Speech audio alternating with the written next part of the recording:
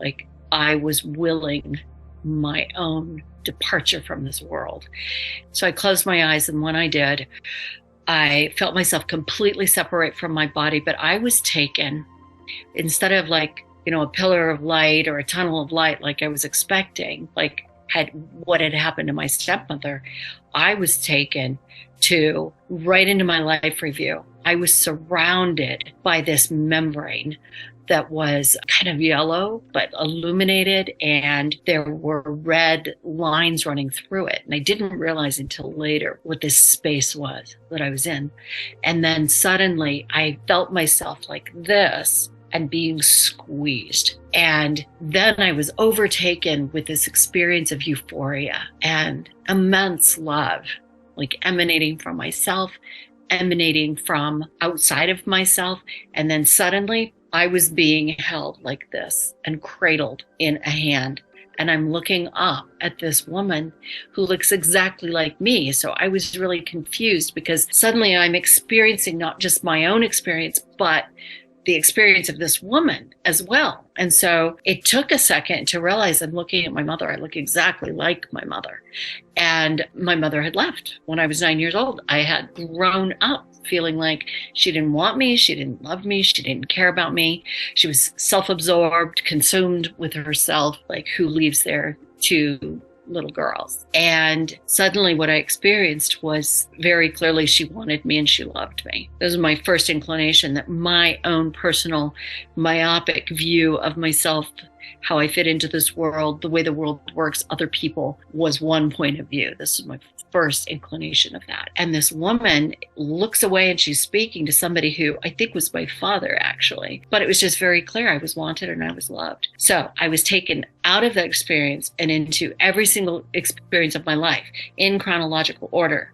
And I experienced parts of it with more depth, more color, more time. But the big thing was that I was experiencing this from all points of view, not just my own. And it was clear that some of these experiences were more important than others. Looking back, what I know now is that those experiences were the ones that I needed to learn from. I had some horrible things that happened, but I was able to see that we're all just going through our own life, our own experience, doing the best we can with what we got. And, I was able to see, my goodness, my mother was 18 years old when I was born. What 18-year-old is equipped to raise two little girls, for one thing, let alone deal with life? And I got all the way to the end of my life, and this happened like this. And it was like, at some point, I realized I'm viewing it on a screen that's before me, but it's, interactive.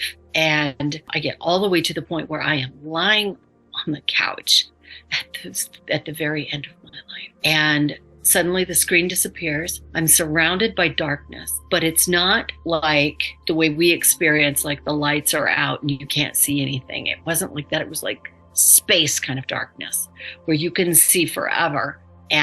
But I was surrounded by this darkness, and suddenly there was a presence next to me, and I knew it was male. I knew that I knew him, but I couldn't see him. I heard his voice, but it was more like, there was definitely a voice, but it's not like the way we speak. It was like this all-consuming knowing that came upon me. And he said, "This is the life you lived." That was it. There was no drama. There was no significance about it. Just fact. These are the facts. So at that point, I realized I'm not in the physical world anymore. And so I had a cousin who passed at 11 years old and grandparents who'd moved on. So I swung my head looking for them, expecting to see them. And there was nobody there. And as I swung my head to the right, I saw that there was a line of teenagers next to me, young people. And there was about 6 of them. I leaned over and I looked at them, and there was a girl. She must have been about 16. And this is before I realized that information is just out there. And so I'm certain now she was 16, that was not me guessing her age by looking at her. That's what she's emanating. And she had this stringy blonde hair. But the most interesting and captivating feature about her was the emptiness and the sadness and the grief that had been just dwindled down to nothingness. Like there was nothing there, no hope, no nothing. And I had the thought, what could be so bad in your life that you would choose to leave this world. And it was at that point I realized, oh, wow, we've all done the same thing. We've all ended our lives. And so I'm leaning over looking. And as soon as I have that thought, the kid that's standing right next to me looks down at me. He's really tall. He's got on a white t-shirt, black leather vest, and black combat boots. And his hair is dyed black and spiked. And I'm thinking to myself, well, that's very interesting. I wouldn't think that these physical traits, especially things like clothing or things you've done to your hair, would, follow through the veil and be with you on the other side. And it wasn't until later that I realized that it was my own thoughts that actually influenced the particular near-death experience that I had. So in that moment, as soon as I had the thought, I was taken from them, and I flew at the speed of light in an upright position. I have no idea how far. I know I was somewhere on the planet, but just in another dimension. And I start to slow down, and all this is happening like this very quickly. And I start to slow down at about the same time that I see a beltway of people, basically, that are just kind of landing in this space like I am. It stretches for as far as I can see to my left, and it's empty on the right, and we're just filling in, but it's this beltway. I don't know, I'd say maybe 30 feet deep or more, 60 feet deep. I don't know, not very deep. And so I land in this space, and I'm looking around, and the first thing I notice is everybody is in filthy white robes, which surprised me. I didn't expect it to be that literal. And the next thing I notice is how disconnected they are from each other. By this point, I'm realizing that thoughts are audible, that you don't have to speak something for it to be known, heard, consumed. But these people don't care what anybody else thinks at all. They're just muttering, and some of them loudly, about their own circumstance. If only you had done this, then I wouldn't be blah, blah, blah. And just completely self-consumed. And at this point, I'm realizing I'm definitely not alive anymore. I'm still in this darkness, in this beltway, but there's this mist. But it's not like a physical mist from this plane. It is a molecular darkness. And it's sucking life. It's sucking life from me, from all those there.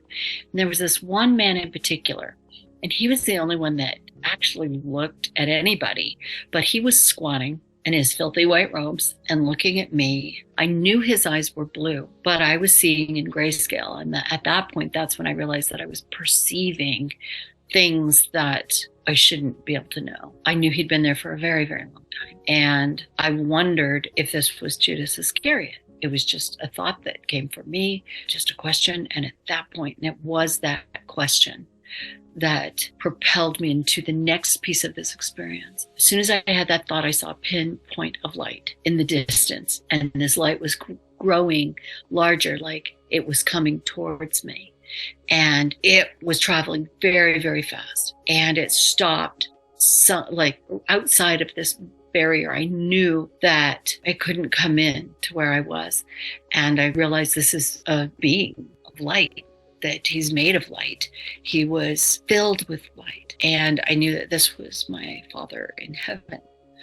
And the guy that was squatting, the man that was squatting, he was the only one that noticed there was something going on, that I was focused on something outside of this space. And he looked and then looked back at me, and he clearly didn't see this. God, there was this immense love, but it was like this fatherly, like, what did you do kind of experience. And he just said, is this what you really want? You can't skip over parts. We've all done this. You don't deserve those kids you were given. You have been up to mischief. You've been trouble. You think that this is a good idea, but you have no idea what you're doing and what awaits you, and like that kind of communication. And as soon as he said, is this what you really want? I had the thought, well, I don't have a choice. I really felt like I had zero choice. That was how far gone I was at that time in my life. I believed I was better off, and that everyone in my life was better off without me. And so it hadn't occurred to me that I'd had a choice. And so I said, and this is like words without speaking, I said, I don't have a choice. I've not had a choice. And as soon as I said that, there was another being next to him, but I could not see this being. I could see pinpricks of light coming through this darkness emanating from him. I knew he was male. I knew him, and I heard his voice, and it was the same voice that had greeted me after my life review. And he said, "Don't you understand? I've done this for you.